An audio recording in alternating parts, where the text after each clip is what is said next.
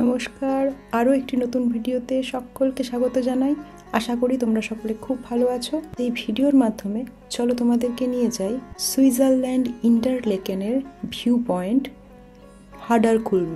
চারিদিক থেকে পাহাড় এবং লেক দিয়ে ঘেরা অপূর্ব সুন্দর এই শহরটিকে অন্যরকমই সুন্দর লাগে যদি এটিকে এই 1322 মিটার উচ্চতা থেকে দেখা হয়। তবে ওই ভিউ পয়েন্টে পৌঁছানোর জন্য একমাত্র উপায় হলো একটি স্পেশাল টাইপ অফ ট্রেন, যেটি হার্ডার বার্ন নামে পরিচিত।